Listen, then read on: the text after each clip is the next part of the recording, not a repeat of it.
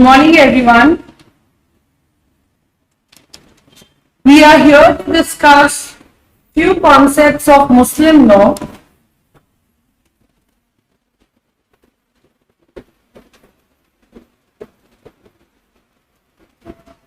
Muslim law is a very important subject when we talk about Delhi Judicial Services, when we talk about Haryana Judicial Services, when we talk about Bihar Judicial Services, Uttarakhand. So, your family law plays a very important role when we talk about the Judicial Services exam, be it your prelims exam or your mains exam. तो ये काफी important हो जाता है.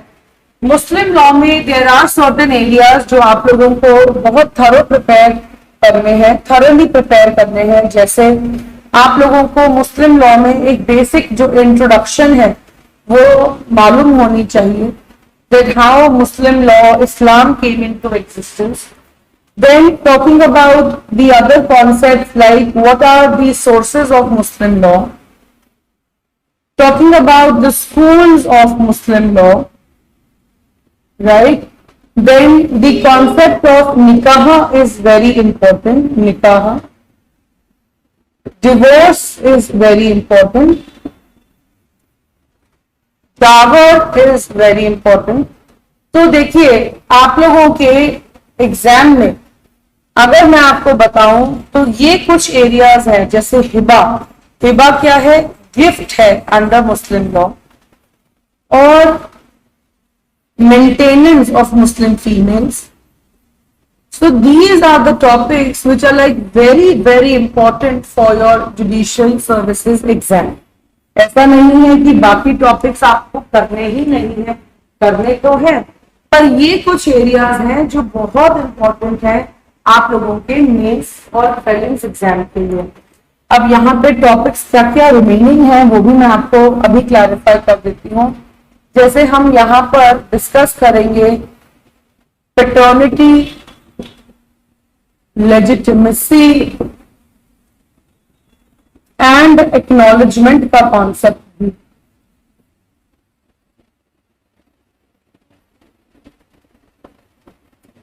Correct, right. फिर हम यहां पर प्रीएम्पशन का कॉन्सेप्ट भी डिस्कस करेंगे. ठीक है. देखिए मैंने आपको जो टॉपिक्स बताए, मैंने आप लोगों को टॉपिक्स बताए हैं इंट्रोडक्शन, सोर्सेज, schools, निकाह, दावा, डिवोर्स, दावा, हिबा, मेंटेनेंस. ठीक है, 8 टॉपिक्स तो ये हो गए आपके. फिर यहां जो मैं आपको टॉपिक्स बता रही हूं 9th and 10th, प्रीएम्पशन बता दिया. Then we are going to study will. ठीक. उसके बाद succession and also we are going to discuss guardianship. और इसमें एक टॉपिक आता है डेथ बेड ट्रांजैक्शंस, जिसे हम कहते हैं मर्ज उल मौत, है ना, मर्ज उल मौत.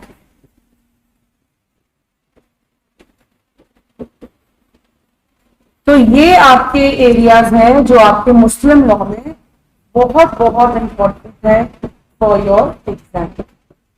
अब हम सारे टॉपिक्स को डेफिनेटली डेमो क्लास में नहीं कर सकते, पर हम एक अंडरस्टैंडिंग डेवलप करेंगे कि कैसे मुस्लिम लॉ जो है वो एग्जिस्टेंस में आया, कैसे हमारे पास कुछ अब कोडिफाइड लॉ भी है with respect to certain areas.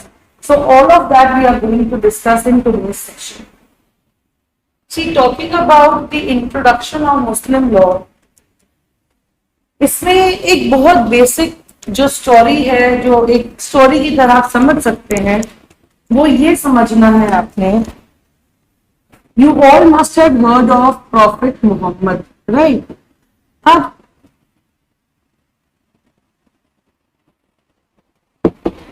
यही माना जाता है कि प्रॉफिट मोहम्मद को रेवलेशन और कम्युनिकेशन मिली थी थ्रू अल्लाह. तो देखिए आपको समझना है कि अल्लाह ने थ्रू एंजल जब्राइल कमांडमेंट्स भेजी थी प्रॉफिट मोहम्मद को, राइट। और प्रॉफिट मोहम्मद ने ही सोसाइटी में जब ये प्रीच करना शुरू किया, ये बताना शुरू किया कि मुझे अल्लाह से कमांडमेंट मिलती है, तो लोगों ने उन पर बिलीव नहीं किया, राइट। उनका बिलीव उन पर नहीं बना। प्रॉफिट मोहम्मद ने अपने लाइफ टाइम में 4 मैरिजेस करी। सेकेंड एंड थर्ड वाइफ की रेलेवेंस नहीं है, पर यहाँ पर उनकी जो फर्स्ट वाइफ है खदीजा, उनकी रेलेवेंस इसीलिए है because she was a window. तो प्रॉफिट मोहम्मद ने इनसे निकाह करके ये प्रिंसिपल एस्टैब्लिश किया कि विडो ही मैरिज का कॉन्सेप्ट प्रिवेल करता है। और खदीजा जो है वो प्रॉफिट मोहम्मद की फर्स्ट फॉलोअर थी, राइट। प्रॉफिट मोहम्मद को जब अल्लाह की कमांडमेंट्स आती थी, he used to meditate in a cave called हीरा। तो ये कुछ बेसिक प्रीलिम्स के क्वेश्चंस हैं जो आप लोगों को मालूम होने चाहिए। तो खदीजा जो है वो विडो थी, वो उनकी फर्स्ट फॉलोअर थी, और खदीजा से ही प्रॉफिट मोहम्मद को एक डॉटर थी फातिमा, और फातिमा के हस्बैंड का नाम है Ali, right. Then not talking about the second and the third wife here, but talking about the next, the fourth wife, who is Ayesha Begum. अब आयशा बेगम से जब प्रॉफिट मोहम्मद ने शादी करी, she was only 6 years old। तो आपको ये कॉन्सेप्ट पता होना चाहिए कि मुस्लिम लॉ में माइनर्स की मैरिज निकाह कौन करा सकता है, उनके गार्जियंस। तो यहाँ पे आयशा बेगम के फादर का रोल इंपॉर्टेंट हो जाता है, and the name of her father is Abu Bakr, ये ध्यान रखना। तो यहाँ पर अब ये सब क्यों भी इंपॉर्टेंट है आप समझेंगे इस बात को। आयशा बेगम से जब उनका निकाह हुआ तो प्रॉफिट मोहम्मद की, देखिए प्रॉफिट मोहम्मद का बर्थ कब हुआ ये भी इंपॉर्टेंट है।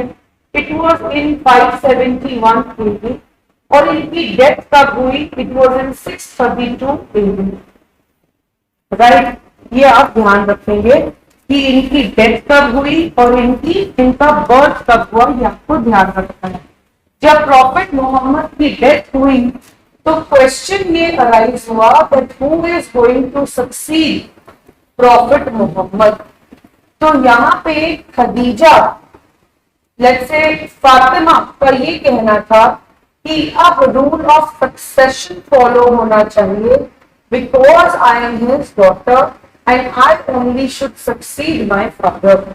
लेकिन यहाँ पर आयशा बेगम थ्रू हर फादर, इनका ये कहना था कि रूल ऑफ इलेक्शन होना चाहिए, राइट। तो आपको ये क्यों समझना है, क्योंकि जिन्होंने रूल ऑफ सक्सेशन यानी कि फातिमा को फॉलो किया, अली को फॉलो किया, वो थे माइनॉरिटी में, और जिन्होंने रूल ऑफ सक्सेशन फॉलो किया वो माइनॉरिटी में थे और वो बने शियास। और जिन्होंने आयशा बेगम अबू बकर को रूल ऑफ इलेक्शन को फॉलो किया, ये है मेजॉरिटी में और ये बने सुन्नीस। So this is how we see the classification. We see a segregation, जहां पे हमने देखा कि मुस्लिम्स जो हैं वो 2 सेक्ट में डिवाइड हो गए, एक है शिया और दूसरा है सुन्नी। ये याद रखना है आप लोगों ने। फिर यहाँ पर जैसे क्वेश्चन आ जाता है, मैंने आपको कहा कि इन्होंने हीरा केव में मेडिटेट किया। अब आपको प्रॉफिट मोहम्मद की वाइफ कौन है ये अब आपको मालूम है। आपको ये पता होना चाहिए कि मुस्लिम लॉ में, मुस्लिम पर्सनल लॉ में जो एज ऑफ मेजॉरिटी है, जो एज ऑफ प्यूबर्टी है, वो है 15 years, which is common for both girls and boys, right? तो इनकी मैरिजेबल एज क्या हो जाती है, इट इज 15 ईयर्स। लेकिन अगर 15 साल से कम में मैरिज करानी है तो वहां पर मैरिजेबल एज हो जाती है, अगर 15 साल से कम में मैरिज करानी है तो उस केस में उनके गार्जियंस ही उनका निकाह करा सकते हैं, और अगर माइनर्स ने खुद यहाँ निकाह कर दिया तो वहां पर वो मैरिज वॉइड होगी। क्लियर है? Right, this concept is clear to everyone. अब यहाँ पर एक कॉन्सेप्ट आता है आपका सोर्सेज ऑफ मुस्लिम लॉ का। When we talk about the sources, आप sources को क्लासिफाई कर सकते हैं as we do in Hindu law also। यहाँ पर आपके एंशियंट सोर्सेज हैं और यहाँ आपके मॉडर्न सोर्सेज हैं। एंशियंट सोर्सेज की बात करें तो हम इसे क्लासिफाई करेंगे कुरान में, सुन्ना एंड हदीस में, इजमा और कियास में। तो इस तरीके से आप इसे क्लासिफाई करेंगे। अब आप इनका मतलब समझिए। Quran is considered to be the primary, the most important source of law, source of Muslim. आपको ये भी बता देती हूँ कि प्रॉफिट मोहम्मद के लाइफटाइम में कुरान कोडिफाई नहीं हुआ था। ठीक है, तो यहाँ पर कुरान एक अरेबिक वर्ड कुर्रा से डिराइव हुआ। कुरान इंपॉर्टेंट सोर्स है, मोस्ट इंपॉर्टेंट सोर्स है मुस्लिम लॉ। इसके बाद आता है सुन्ना एंड अहादीस। इसमें समझिए कि जब प्रॉफिट मोहम्मद को कमांडमेंट्स मिलती थी, he could tell कि एक पर्टिकुलर प्रॉब्लम का क्या सोल्यूशन है। पर आप वो टाइम इमेजिन करिए जहां पर अल्लाह की कमांडमेंट्स जो है वो प्रॉफिट मोहम्मद को नहीं मिल रही, और लोग जो है सोसाइटी के वो आकर पूछते हैं कि क्या सोल्यूशन होना चाहिए इस पर्टिकुलर प्रॉब्लम का। तो जहां अल्लाह की कमांडमेंट्स नहीं थी उस समय, तो प्रॉफिट मोहम्मद खुद व्हाट ही डिड हिमसेल्फ, जो उन्होंने खुद किया वही लोगों ने फॉलो करना शुरू कर। तो ये है सुन्ना। और जो प्रॉफिट मोहम्मद ने किया उसे जब नरेट किया गया, तो इन ट्रेडिशंस को जब नरेट किया गया तो वो बने अहादिस, नरेशंस, कि प्रॉफिट मोहम्मद ने ऐसे किया, उन्होंने ये अप्रूव किया, उन्होंने ये बताया, तो वो है हादिस। टॉकिंग अबाउट इजमा, इजमा का मतलब होता है कंसेंसस ऑफ ज्यूरिस्टिक ओपिनियन। अब ये क्या है? देखिए, कंसेंसस ऑफ ज्यूरिस्टिक ओपिनियन को मैं इजमा को क्लासिफाई कर सकती हूं 3 हिस्सों में।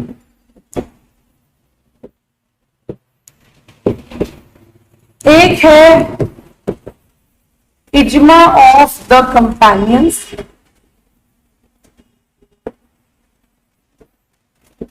देन इजमा ऑफ द ज्यूरिस्ट्स,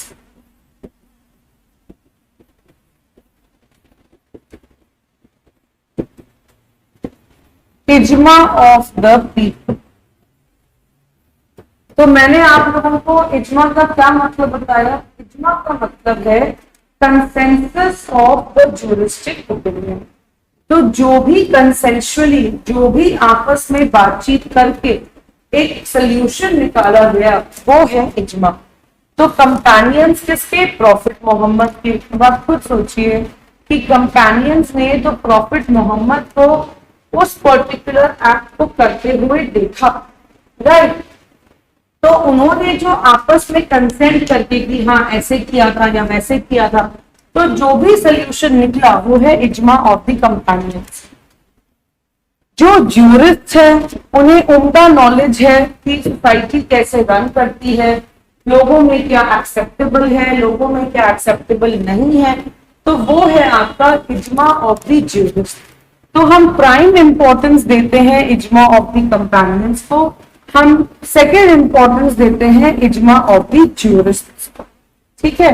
उसके बाद इजमा ऑफ द पीपल की बात करें तो आपको ध्यान रखना है कि पीपल में लोग आपस में क्या डिसाइड करते हैं वो डेफिनेटली इंपॉर्टेंट नहीं होता, क्योंकि वो अपनी कन्वीनियंस के अकॉर्डिंगली डिसाइड करेंगे। So that is ijma of the people. तो इसकी है फर्स्ट प्रायोरिटी, इसकी है सेकेंड और इसकी है थर्ड, ये ध्यान रखना। Coming back to the fourth ancient source that is qiyas. तो कियास में आपको याद रखना है, कियास का मतलब है एनालॉजिकल डिडक्शंस। एनालॉजिकल डिडक्शंस का मतलब कि आपने कुरान सुन्ना अहादिस इजमा इन सबको देखकर क्या इवैल्यूएट किया, क्या डिड्यूस किया, क्या समझा, उसी के बेसिस पर आप डिटरमिन कर रहे हैं what is to be done. So these are the four ancient sources. कियास का मैंने क्या मतलब बताया मैं यहां मेंशन कर रही हूं, लिख लीजिए।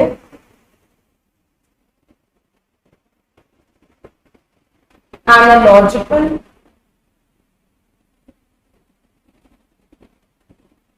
डिडक्शंस, ठीक है। तो ये एक एनालॉजी पर बेस्ड है, आपने ऐसे याद रखना, right. Now talking about the modern sources, देखिए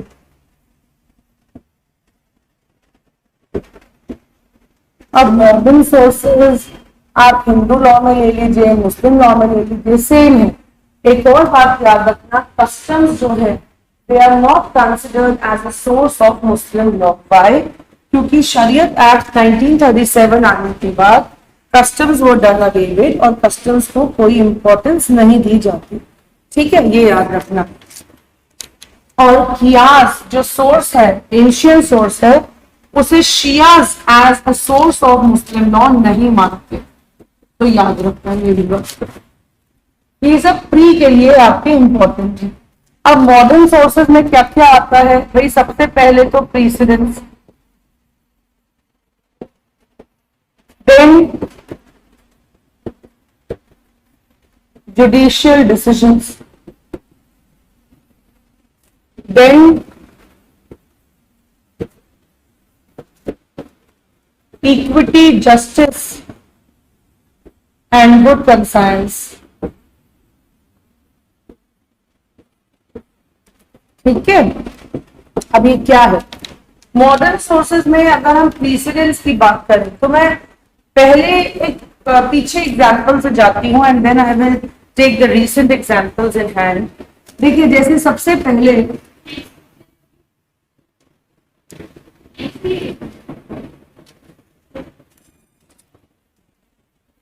सो टॉकिंग अबाउट प्रीसिडेंस, देखिए अब प्रीसिडेंस क्या है इसको समझिएगा। When we talk about precedence तो आपको ये ध्यान रखना है, प्रीसिडेंस में प्रीसिडेंस का मतलब है जुडिशियल डिसीजंस, राइट।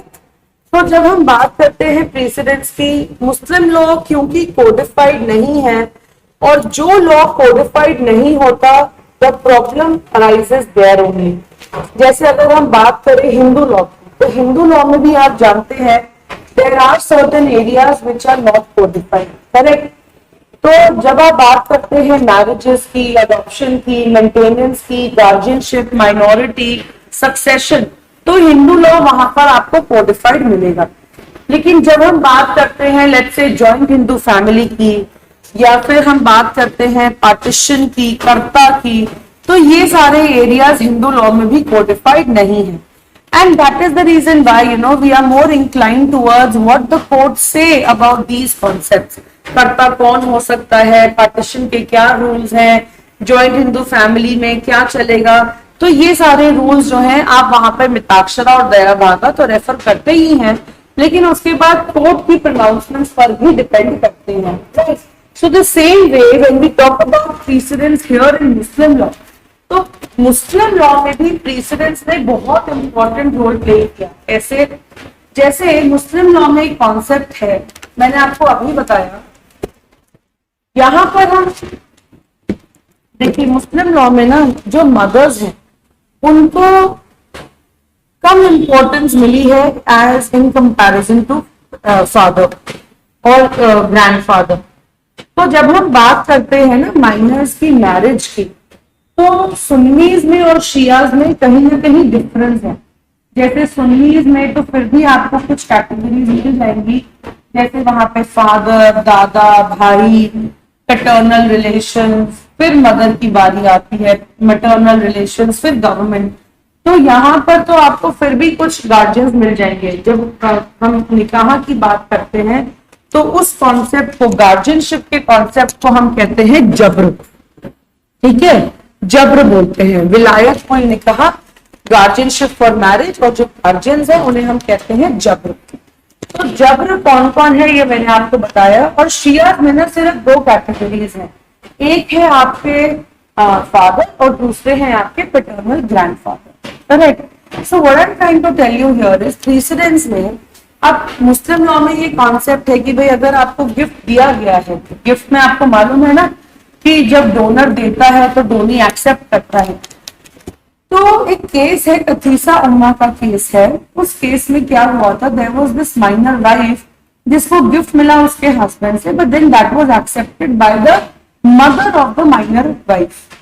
तो यही क्वेश्चन रेज हुआ कि भाई क्योंकि मदर ने एक्सेप्ट किया है गिफ्ट, तो ये गिफ्ट वैलिड नहीं होना चाहिए because mother is not a competent guardian. तो कोर्ट ने यहाँ पर प्रीसिडेंट में, जुडिशियल प्रोनाउंसमेंट में यही कहा that here in this case the gift will be treated as valid and mother is a competent guardian to accept the gift on behalf of the minor daughter. तो ये हो गया judicial pronouncement से।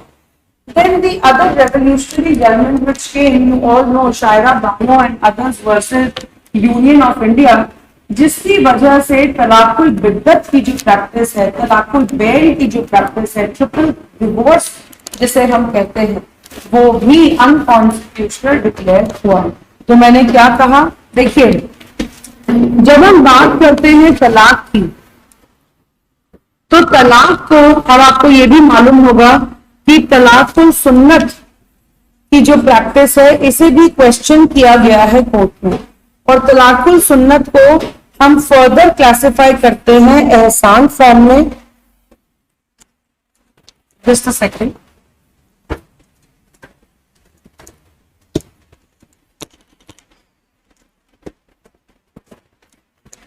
तलाकुल सुन्नत को हम फर्दर क्लासिफाई करते हैं एहसान फॉर्म में और हसन फॉर्म में। ठीक है, तो अब इसको भी चैलेंज किया गया है, but there is no decision as of now. फिर जो दूसरी प्रैक्टिस मैंने आपको बताई विच इज तलाक उल बिद्दत, जिसे हम तलाकुल बैन भी कहते हैं या ट्रिपल डिवोर्स। तो आपको याद रखना है कि Shayara Bano and others versus Union of India से ये प्रैक्टिस अनकॉन्स्टिट्यूशनल डिक्लेयर हुई। और जब ये प्रैक्टिस अनकॉन्स्टिट्यूशनल डिक्लेयर हुई तो यहाँ पे लेजिस्लेशन ने भी एक लॉ बनाया which is Muslim women protection of rights on marriage act which is 2019, जहां पे जो हस्बैंड इस पर्टिकुलर प्रैक्टिस को फॉलो करता है उसे 3 साल तक की सजा मिल सकती है। बेलेबल ऑफेंस है, कंपाउंडेबल है at the instance of the wife. तो ये सारी चीजें आपको ध्यान रखनी है। कौन सा एक्ट मैंने बताया वो भी आप मेंशन कर लीजिए, Muslim women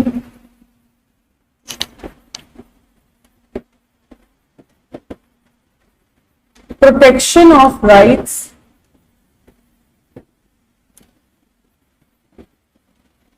on marriage act 2019। ठीक है, ये आप ध्यान रखिए।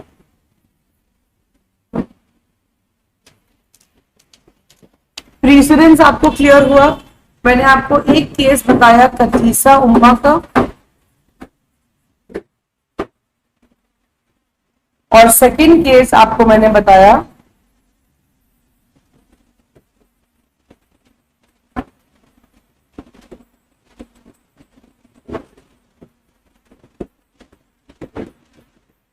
करेक्ट। ओहो, आई एम सो सॉरी, मैंने प्रीसिडेंस लिखा है और फिर जुडिशियल डिसीजन लिखा है, यहाँ लेजिस्लेशन लिखे, राइट। प्रीसिडेंस हो गया, लेजिस्लेशन हो गया। अब देखिए, जब हम लेजिस्लेशन की बात करते हैं, लेजिस्लेशन में क्या है? लेजिस्लेशन का मतलब है कि आपके पास यहाँ पर कुछ कोडिफाइड लॉज हैं। जैसे मैंने आपको इनिशियली कहा, we don't have a Muslim marriage act, we don't have a Muslim adoption act. Adoption तो वैसे ही मुस्लिम्स में रिकग्नाइज नहीं है। We don't have the acknowledgement act, ठीक है। अच्छा, एक चीज और, this makes me realise that I should tell you this also.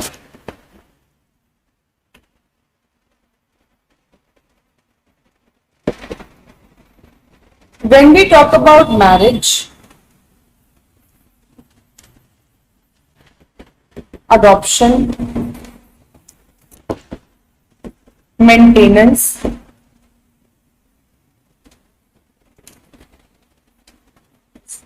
succession, guardianship,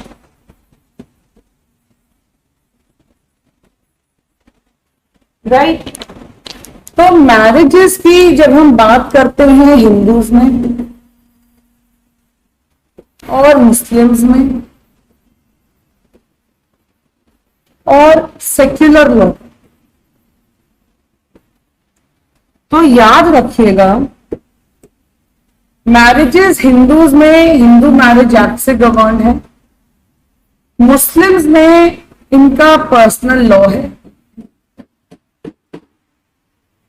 secular law special marriage act है, right. People of the same religion also can get married under special marriage act. So Hindus can also get married under special marriage act. Section 29 clause 4 of Hindu marriage act tells you the same. Talking about adoption, Hindu adoption and maintenance act. Muslims adoption is not recognized. We follow acknowledgement here. अब acknowledgement का क्या मतलब है? Acknowledgement का मतलब है कि यहाँ पर फादर एक्नॉलेज करता है। सी, हमेशा यही क्वेश्चन होता है कि फादर कौन है बच्चे का, तो मदर कौन है ये नहीं पूछा जाता। And that is the reason why acknowledgement is to be done by the father only. तो चाहे वो बेटा हो चाहे वो बेटी हो, एक्नॉलेज करना है फादर, ठीक है। तो यहाँ पर जब हम एक्नॉलेज करते हैं तो इसके लिए कोई लॉ नहीं है, लेकिन सेक्युलर लॉ क्या है फॉर अडॉप्शन, आपको ध्यान रखना है, it is juvenile justice act. तो अगर एक मोहम्मदन करना चाहता है बच्चा अडॉप्ट, तो वो कहाँ कर सकता है? He can adopt under juvenile justice act, correct.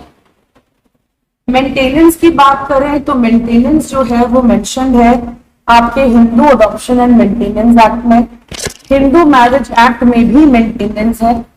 Muslims के लिए पहले कोई कोडिफाइड लॉ नहीं था, but now we have Muslim women protection of rights on divorce act, ये आपको ध्यान रखना है। और सेक्युलर लॉ जो है वो है सीआरपीसी। तो सीआरपीसी में आपको मालूम है कि सेक्शन 125 to 128 डील करता है सेक्युलर लॉ से, और यहाँ पर कहीं कोई डिमार्केशन नहीं है, चाहे वो मुस्लिम फीमेल हो चाहे वो हिंदू फीमेल हो। टॉकिंग अबाउट सक्सेशन, तो यहाँ पे हिंदू सक्सेशन एक्ट है, यहाँ पे इनका पर्सनल लॉ है, और सेक्युलर लॉ में इंडियन सक्सेशन एक्ट है। गार्जियनशिप में Hindu minority and guardianship act है, यहाँ पर गार्जियनशिप में again their personal law, and the secular law is Guardian and Wards Act 1890। तो ये याद रखना कि जो भी आपके सेक्युलर लॉज हैं वो इन एडिशन टू सप्लीमेंटल होते हैं टू योर पर्सनल लॉज। और ऐसा अगर कहीं कोई डिस्प्यूट आ जाता है पर्सनल लॉ में और आपके सेक्युलर लॉ में, then in that case your personal law will prevail, ठीक है।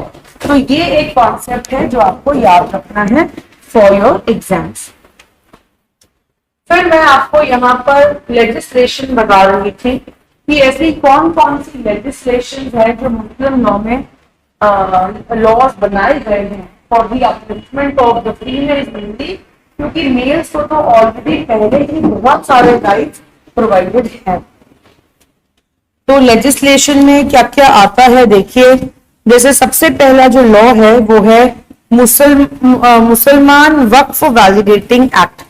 अब ये क्या है?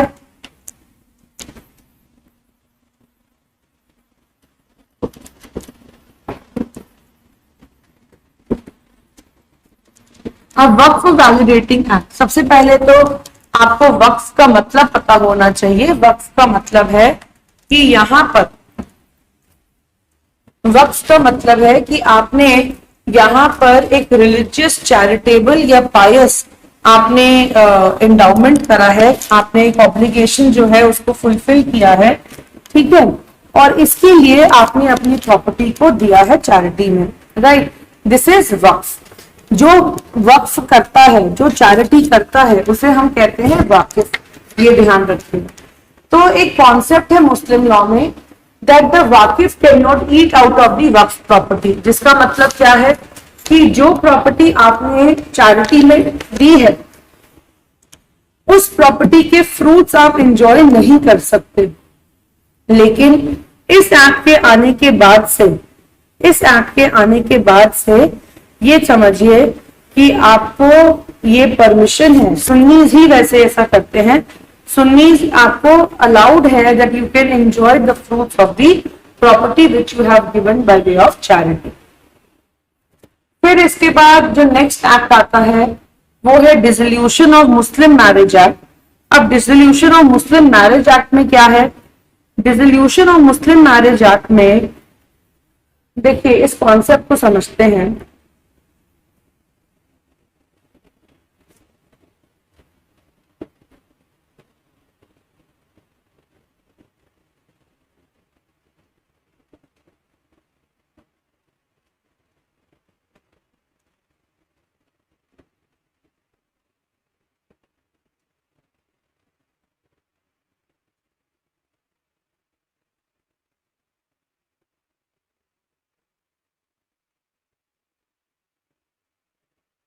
Just a second, please.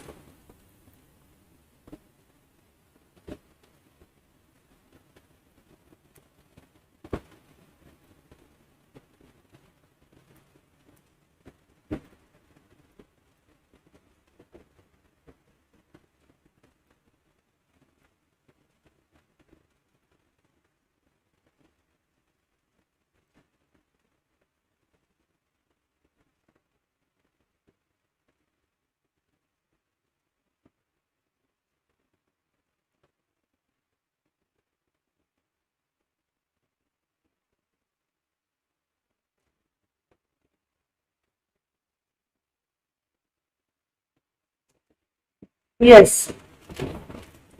So I was telling you about the other act which I just mentioned here.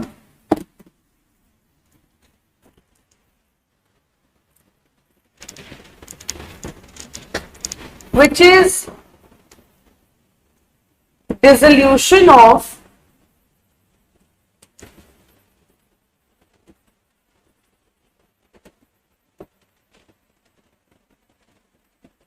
Muslim marriage act.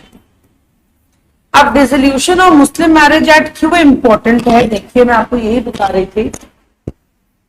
जब हम मुस्लिम law में तलाक या डिसोल्यूशन ऑफ मैरिज की बात करते हैं ना, देखिए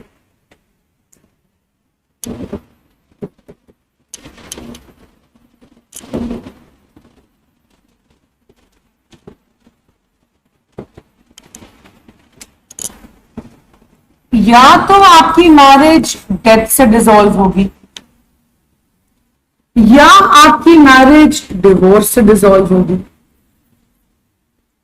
अब डिवोर्स में मुस्लिम लॉ में अगर हम बात करें तो मेल्स को कुछ ज्यादा ही राइट्स प्रोवाइडेड हैं। जैसे आप तलाक दे सकते हैं। तलाक को मैं फर्दर डिवाइड करूंगी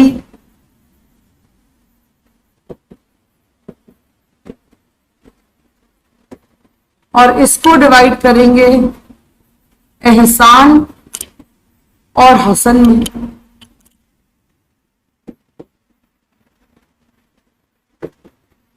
तलाकुल बिद्दत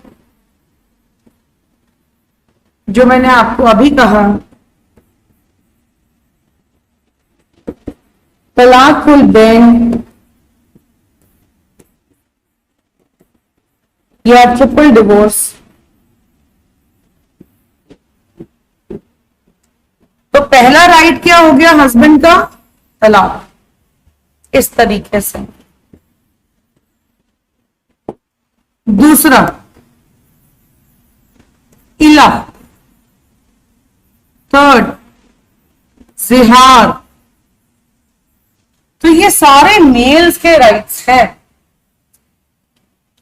अब मेल्स के पास एक और ऑप्शन है कि वो डेलीगेट कर सकते हैं अपना तलाक देने का राइट अपनी वाइफ को या किसी थर्ड पर्सन को, जिसे हम कहते हैं तलाक़े तफवीज। तलाक़े तफवीज, राइट।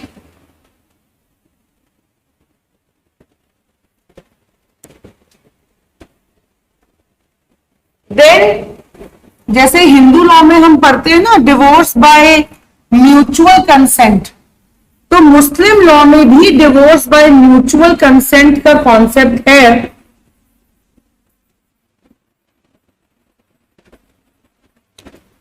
और ये दो फॉर्म्स में प्रोवाइडेड है, एक है खुला और एक है मुबारत। खुला और मुबारत।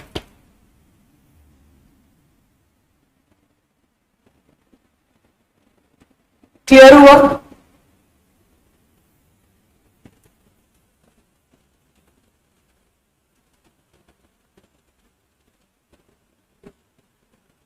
तो आप देखो यहां पर इन अ वे फीमेल्स को तो कहीं कोई राइट प्रोवाइडेड नहीं है, और फिर आया dissolution of Muslim marriage act जो फीमेल को 9 ग्राउंड्स प्रोवाइड करता है टू डिसॉल्व द मैरिज। और वो ग्राउंड्स क्या है? फेलियर टू मेंटेन है, एब्सेंस ऑफ हस्बैंड है, इम्प्रिजनमेंट ऑफ हस्बैंड है, इम्पोटेंसी है, इंसैनिटी है, वेनिरियल डिजीज है, उसके बाद option of puberty, cruelty. So all these are the grounds which are provided here under dissolution of Muslim marriage act. देखिए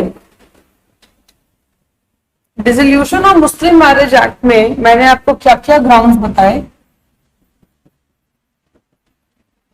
failure to maintain,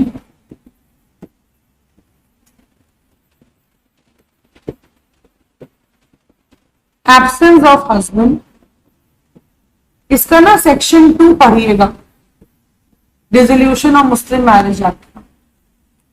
third imprisonment of husband, fourth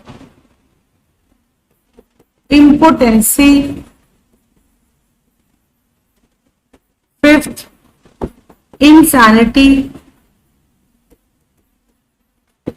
venereal disease,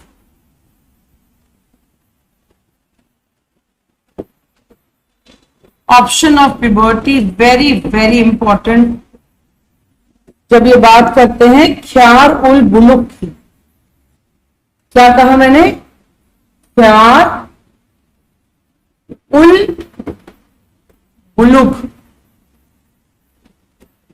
Hindu law में section 13 के clause 2 sub clause 4 में ये Hindu females का right है to dissolve the marriage by a decree of divorce. और section 2 clause 7 में, so whatever I'm saying just keep jotting it down, section 2 clause 7 में of dissolution of Muslim marriage act ये मुस्लिम females का right है। और section 13 clause 2 sub clause 4 में ये Hindu females का राइट है। कौन सा राइट बताया आपको? option of puberty.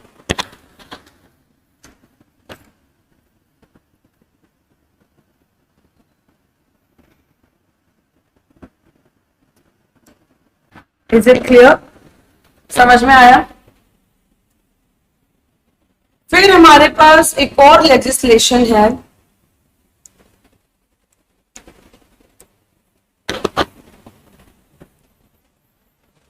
Muslim women protection of rights on marriage act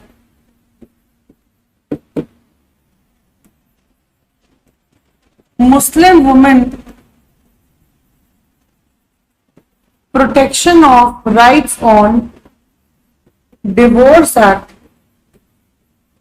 देखिए, डिवोर्स की बात करते हैं तो मेंटेनेंस क्लेम किया जाएगा. So this talks about maintenance 3, 4 and 5 sections. और जब हम बात करते हैं मैरिज की, तो यहाँ पे हम तलाकुल बिद्दत की जो प्रैक्टिस फॉलो करता है उसे हम पनिश करवाते हैं. राइट? तो ऐसे आपने ना एक लिंक बनाकर पढ़ना है. अब जैसे क्वेश्चन ये अराइज होता है, क्योंकि मुस्लिम पर्सनल लॉ में मुस्लिम फीमेल्स को जो मेंटेनेंस मिलती है वो मिलती है सिर्फ और सिर्फ किस चीज की? टिल द पीरियड ऑफ इद्दत. अब इद्दत क्या है? इद्दत वो टाइम पीरियड है, इद्दत एक अरेबिक वर्ड है जिसका मतलब है काउंटिंग. तो इद्दत वो टाइम पीरियड है जब एक फीमेल को खुद को इम्यून रखना है और सेकंड मैरिज नहीं करनी अपनी फर्स्ट मैरिज डिसॉल्व होने पर. तो चाहे वो फर्स्ट मैरिज आपकी डिवोर्स से डिसॉल्व हुई हो, चाहे डेथ से डिसॉल्व हुई हो हस्बैंड के, पर अब आप सेकंड मैरिज तब तक नहीं करेंगे जब तक आपका इद्दत पीरियड कंप्लीट नहीं हो जाता. तो इद्दत बेसिकली डिटरमिन करता है पैटर्निटी ऑफ द चाइल्ड. ठीक है, ये याद रखिए. ये हो गया. फिर इसमें हम मुस्लिम्स में के लिए क्रिमिनल प्रोसीजर कोड भी, जब हम सेक्शन 125 टू 128 सीआरपीसी पढ़ते हैं, which is applicable to all females. Right? तो ये कॉन्सेप्ट आपको ध्यान रखना है. तो लेजिस्लेशंस आपने देखी कि ग्रेजुअली कितनी लेजिस्लेशंस, एक हो गई, 2, then we have this act, this and this act, जो मुस्लिम फीमेल्स को प्रोटेक्शन रेंडर करते हैं. ठीक है, ये आ गया समझ में. तो अब हम सोर्सेस पे वापस चलते हैं. Legislation is now clear to all of you. अब आ जाइए third, equity, justice and good conscience. So when we talk about, see when we don't have a law in hand for something, तो वहां पे जुडिशरी से ये expect किया जाता है that on the basis of the judicial principles, equity and good conscience, आप वहां पे जजमेंट इम्पार्ट करें. And for this reason only the inherent powers have been conferred upon the court of law. Civil cases की बात करें तो section 151 of CPC confer करता है. और जब हम बात करें सीआरपीसी तो सेक्शन 482 हाईकोर्ट पर इनहेरेंट पावर्स कॉन्फर करता है. तो आपको ये सोर्सेस याद रखने हैं. क्लियर? चलिए अब आगे चलते हैं.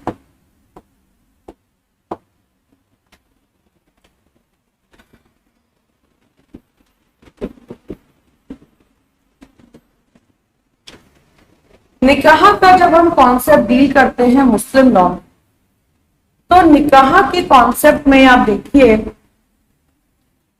कि यहां पर मैंने आपको बताया कि मैरिजेबल एज क्या है. तो आपको सबसे पहले ध्यान रखना है कि कॉम्पिटेंसी क्या है निकाह करने की. आप मुस्लिम,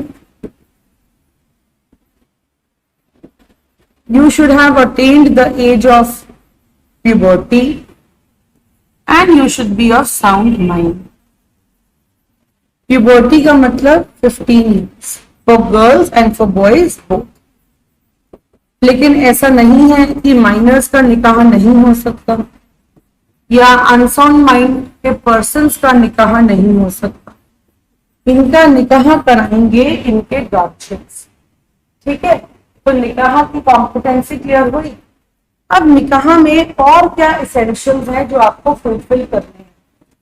तो निकाह में आपको ध्यान रखना है कि सबसे पहले जो आपकी कंडीशन है वो है, देखिए हमको मालूम है यहाँ पे अगर हम नेचर ऑफ निकाह की बात करें, जो सबसे इंपॉर्टेंट कॉन्सेप्ट है, हिंदू मैरिजेस में मैरिजेस जो है वो सेक्रेमेंट मानी जाती है और मुस्लिम मैरिजेस जो है वो कॉन्ट्रैक्ट माना जाता है। उसका रीजन क्या है? देखिए हिंदू मैरिजेस सेक्रेमेंट इसीलिए मानी जाती हैं क्योंकि वहां पर आप सेरेमनीज रिचुअल्स परफॉर्म करके ही आपकी मैरिज सोलोमनाइज होती है। लेकिन जब हम मुस्लिम मैरिजेस की बात करते हैं तो वहां पर निकाह सोलोमनाइज होता है, परफॉर्म होता है ऑफर और एक्सेप्टेंस से। ठीक है, तो ऑफर को हम बोलते हैं इजाब, एक्सेप्टेंस को हम बोलते हैं कबूल, और उसके बदले में हस्बैंड जो अपनी वाइफ को देता है दावत, उसे हम बोलते हैं इजाब, एबाज। ठीक है, तो ध्यान रखिएगा, ऑफर है,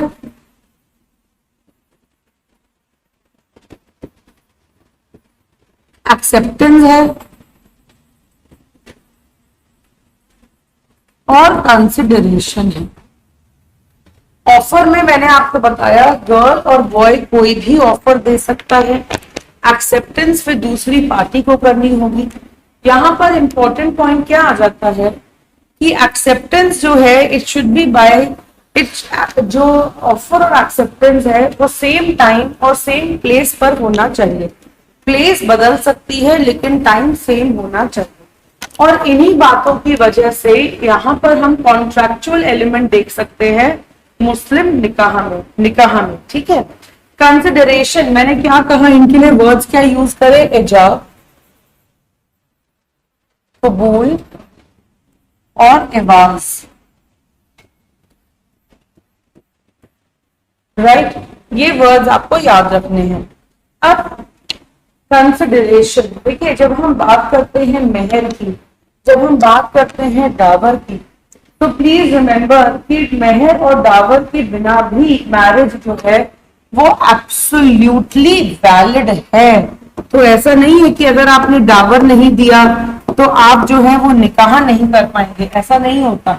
अगर आपने दावर नहीं भी दिया तो भी आपकी मैरिज एब्सोल्युटली वैलिड मानी जाएगी।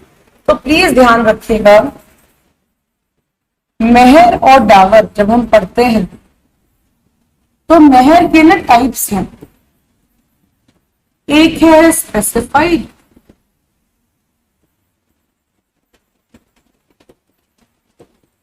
और एक है अनस्पेसिफाइड। स्पेसिफाइड डावर या एज सर्टेन डावर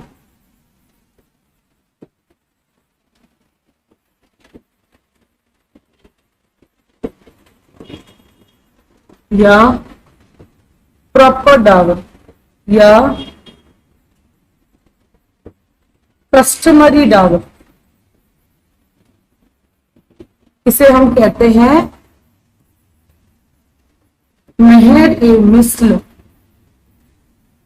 स्पेसिफिक और असर्टेन को हम फर्दर क्लासिफाई करते हैं प्रॉपर और डेफर्ड में, सॉरी प्रॉम्प्ट और डेफर्ड में। स्पेसिफाइड डावर को हम कहते हैं मेहर ए मुसम्मा, प्रॉम्प्ट को हम कहते हैं मुअज्जल, और इसे हम कहते हैं मुवज्जल। अब समझना, प्रॉम्प्ट डावर वो है जो आपको डिमांड पर ही मिल जाता है, जब मांगा तब मिलेगा। डेफर्ड डावर डी डिसोल्यूशन के टाइम पर मिलता है, चाहे डेथ हो चाहे डिवोर्स हो। तो जब हस्बैंड की डेथ हुई तो वाइफ क्लेम करेगी उन लीगल एयर से जो हस्बैंड की प्रॉपर्टी इनहेरिट कर लेते हैं। और जब हस्बैंड अलाइव है, डिवोर्स से जब मैरिज डिसॉल्व हुई, तो उस केस में वाइफ जो है वो हस्बैंड के अगेंस्ट केस फाइल करके अपना डावर क्लेम कर सकती है। ये याद रखिए, ठीक है। तो मैंने आपको क्या कहा कि marriage without dower is also valid. तो अगर आपने प्रॉम्प्ट या डेफर्ड डावर नहीं डिसाइड किया, उस केस में आपको कस्टमरी डावर यानी कि प्रॉपर डावर मिलेगा जरूर, ये याद रखना है, ठीक है। ये क्लियर हो गया? अच्छा, जब हम कहते हैं कि ऑफर जो है, एक्सेप्टेंस जो है, वहां पर आपकी कंसेंट जो है वो बिल्कुल फ्री होनी चाहिए। तो देखिए, फ्री कंसेंट का मतलब क्या है? जैसे हम इंडियन कॉन्ट्रैक्ट एक्ट जब पढ़ते हैं तो कंसेंट सेक्शन 13 में डिफाइंड है, फ्री कंसेंट सेक्शन 14 में डिफाइंड है। और कंसेंट आपकी फ्री कब होती है? जब coercion, undue influence, fraud, miss representation और मिस्टेक ना हुआ हो। Coercion is in section 15, undue influence 16, fraud 17, misrepresentation 18, and 20, 21 and 22 talks about mistake। और यहाँ पे 19 एक मिसिंग है, क्योंकि सेक्शन 19 में कोअर्जन, फ्रॉड और मिस रिप्रेजेंटेशन का इफेक्ट बताया गया है, और अनड्यू इन्फ्लुएंस का इफेक्ट सेक्शन 19A में बताया गया है। तो यहां पर भी यही प्रिंसिपल्स फॉलो किए जाएंगे, जहां पर आपकी कंसेंट एब्सोल्युटली फ्री होनी चाहिए। It should not be caused by any extraneous factor. फिर इसमें आप आ जाइए, ठीक है, ये क्लियर हो गया। ऑफर, एक्सेप्टेंस, कंसिडरेशन मैंने आपको बता दिया। अब इसमें नेक्स्ट पॉइंट क्या आता है?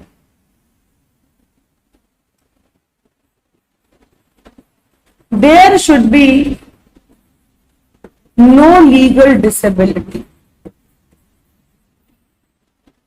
So when I talk about no legal disability, इसका क्या मतलब है? देखिए,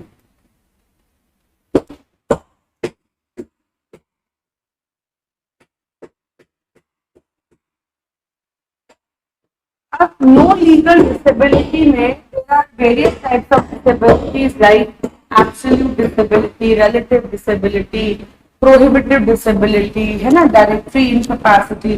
तो ये सारी डिसेबिलिटीज, इनकैपेसिटीज मेंशन है। आज मैं आप लोगों को सिर्फ एब्सोल्यूट इनकैपेसिटी ही बताऊंगी।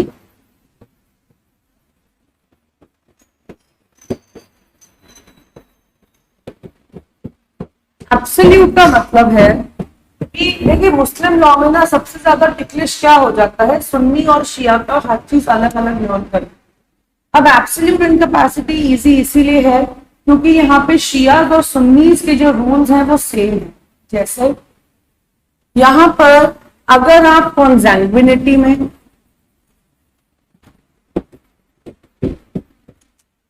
एफिनिटी में या फॉस्टरेज, फॉस्टरेज को हम कहते हैं वीजा, कॉन्जैंग्विनिटी और एफिनिटी में हम कहते हैं कुराबत और मुशारत। ठीक है, तो आपने ये ध्यान रखना है कि कॉन्जैंग्विन रिलेशंस कौन से हैं। कॉन्जैंग्विन रिलेशंस वो होते हैं जो आपके ब्लड रिलेशंस हैं। आपने हिंदू लॉ में पढ़ा है ना कि आप अपने सपिंडा से मैरिज करने से प्रोहिबिटेड हैं, आप उनसे भी मैरिज नहीं कर सकते जो आपके रिलेशनशिप में आते हैं।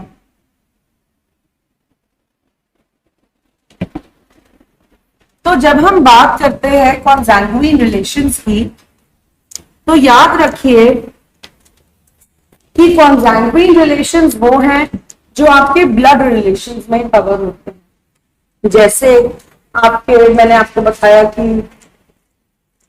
ब्लड रिलेशंस में आपके कवर होते हैं आपकी मदर, आपकी डॉटर, आपकी सिस्टर, कॉन्जैंग्विन है, यूटेरिन है, फुल है, तो ये सारे इसमें कवर हो जाते हैं।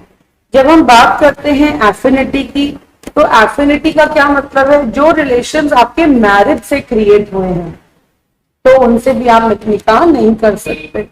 जैसे आप अपनी मदर इन लॉ से, अपनी वाइफ की डॉटर से, तो मैंने ऐसे अपनी वाइफ की डॉटर से, तो इसका मतलब आप अपनी स्टेप डॉटर से भी निकाह नहीं कर सकते।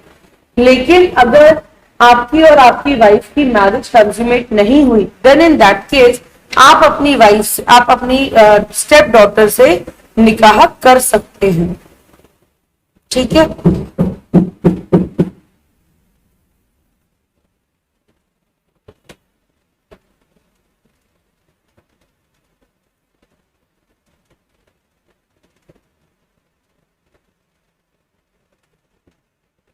Is it clear? Then talking about fosterage, देखिए फॉस्टरेज का मतलब है, यहाँ पे एक्सप्रेसली मेंशन है कि 2 साल की उम्र तक जो जिस माँ ने आपको फीड किया है ना, तो उसमें भी उसके रिलेटिव्स में आप निकाह नहीं कर सकते। So even this is a prohibition which is mentioned here, ये आपको याद रखना। तो एब्सोल्यूट इनकैपेसिटी में अगर कंजैंग्युइनिटी, एफिनिटी और फॉस्टरेज में चाहे शिया हो चाहे सुन्नी हो, अगर आपने निकाह कर लिया तो क्या होगा, आपका जो निकाह है वो वॉइड माना जाएगा और उसका कोई भी लीगल इफेक्ट नहीं होगा। So remember this. अब यहाँ पे हम और भी इनकैपेसिटीज डिस्कस करते हैं, जैसे कि हम यहाँ पे डिस्कस करते हैं marriage with the women under going इद्दत।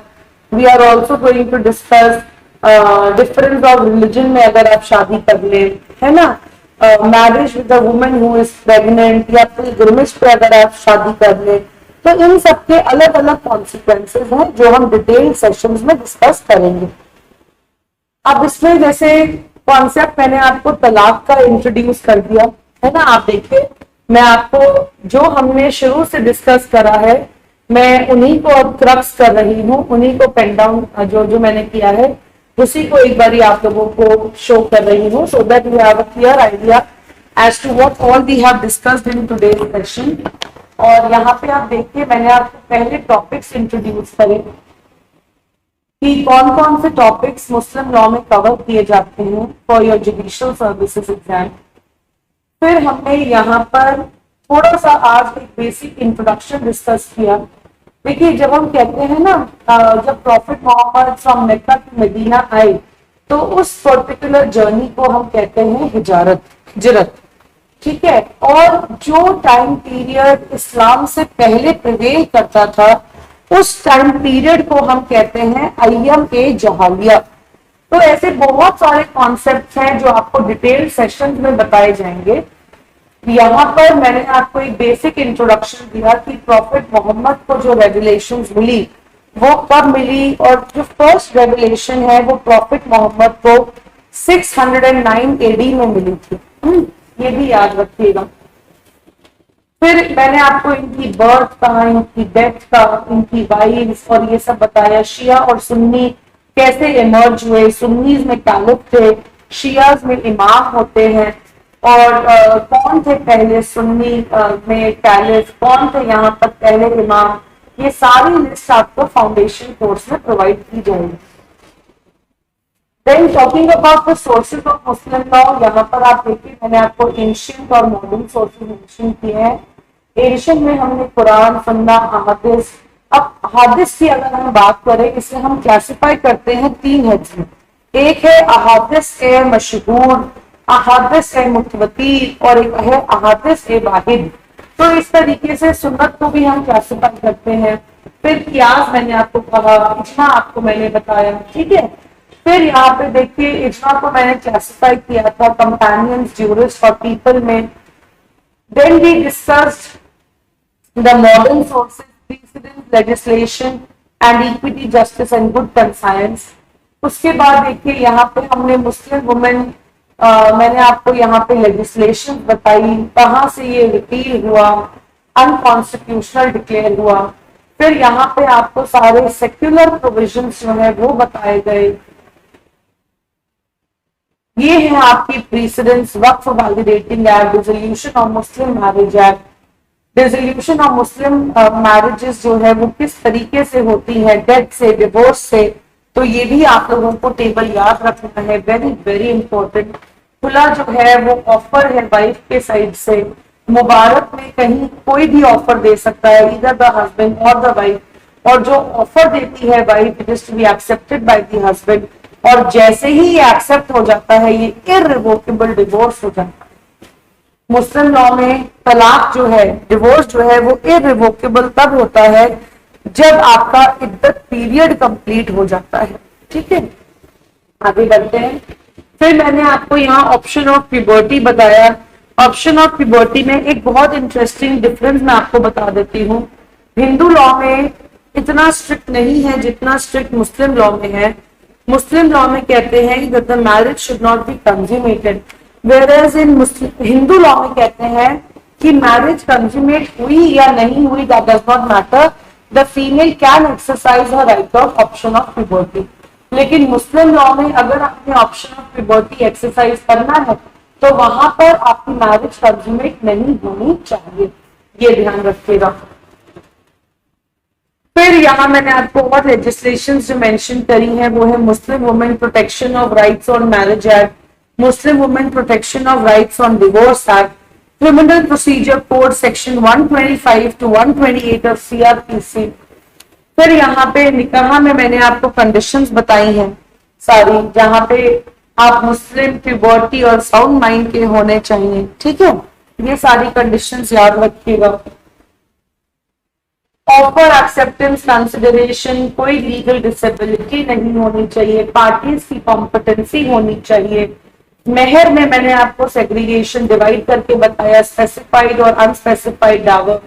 और यहाँ पर एक और बात याद रखना, ऑल्दो पर्सनल लॉ में लिमिटेशन का कोई वो नहीं है रोल, लेकिन जैसे अगर आपने अपना फ्रॉम द डावर डिमांड किया और आपके हस्बैंड ने डिनाई कर दिया तो date of demand and refusal से 3 साल का टाइम मिलता है that you can institute a case against your husband and ask for your dower amount. फिर यहाँ देखिए फ्री कंसेंट में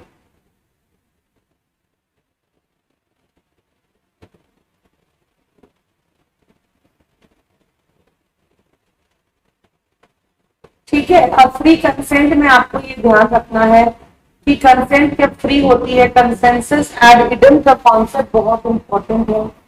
गार्जियंस जो है वो माइनर के बिहाफ पे कंसेंट दे सकते हैं, और एब्सोल्यूट इनकैपेसिटी में मैंने आपको कॉन्जैंग्युइनिटी, एफिनिटी और फॉस्टरेज के बारे में बताया। जब हम यहाँ पे और फर्दर टॉपिक्स डिस्कस करेंगे रेगुलर कोर्स में, तो यहाँ पर हम डिस्कस करेंगे आपके साथ और बाकी जो टॉपिक्स हैं, जैसे प्रीएम्पशन को बोलते हैं शूफा, गिफ्ट को बोलते हैं हिबा, प्रीएम्पशन में जो डिमांड्स होती हैं उन्हें हम बोलते हैं तलब। देयर आर 3 तलब, तलब-ए-तमलीक, तलब-ए-तमलीक, right, there are 3 demands like that. और यहाँ पे कौन प्रीएम्प्ट कर सकता है that will be discussed. Succession, will के क्या कॉन्सेप्ट है, डेथ बेड में अगर आप कोई ट्रांजैक्शन करते हैं तो उसकी क्या वैलिडिटी है। So these concepts are going to be discussed. I hope आप लोगों को ये सारे कॉन्सेप्ट जो है क्लियर हुए होंगे।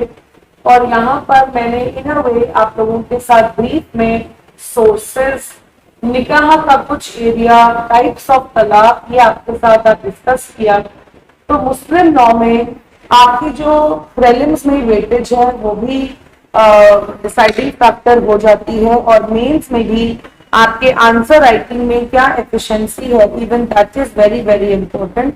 तो मुस्लिम लॉ में आप लोगों को बहुत ज्यादा, अगर आप बैरक्स भी उठा के देखेंगे तो बैरक्स भी जो है वो कहीं ना कहीं रिस्ट्रिक्टेड है, जैसे 5-6 सेक्शंस हैं सिर्फ हर एक्ट में, तो आपको उसी तरीके से मुस्लिम लॉ को थॉरली करना होगा। एंड ऑल्सो आप लोगों ने मुस्लिम लॉ में जो रिमेनिंग कॉन्सेप्ट्स हैं, जैसे विल का कॉन्सेप्ट बहुत इंपॉर्टेंट है, 1/3 वहां पे एक शेयर आता है जो कॉन्सेप्ट बहुत इंपॉर्टेंट है, वो हम डिस्कस करेंगे रेगुलर सेशंस में। मेंटेनेंस का जैसे मैंने आपको कहा सेक्युलर कॉन्सेप्ट है। डेनियल लतीफी की जजमेंट हो गई, मोहम्मद अहमद खान वर्सेस शायरा बानो की जजमेंट हो गई, और गिफ्ट में भी जो डिफरेंट टाइप्स ऑफ गिफ्ट हैं, जैसे कि सदका और उसके बाद हिबा बे लिवाज, हिबा बा शर्त लिवाज, तो ये सारे कॉन्सेप्ट आप लोगों के टिप्स पर होने चाहिए. So I would like to end the session here now. I hope आप लोग सबको समझ में आया होगा, क्लैरिटी आई होगी मुस्लिम लॉ को लेकर, and we are going to continue with the same in the regular batch. Thank you so much. Thank you for today.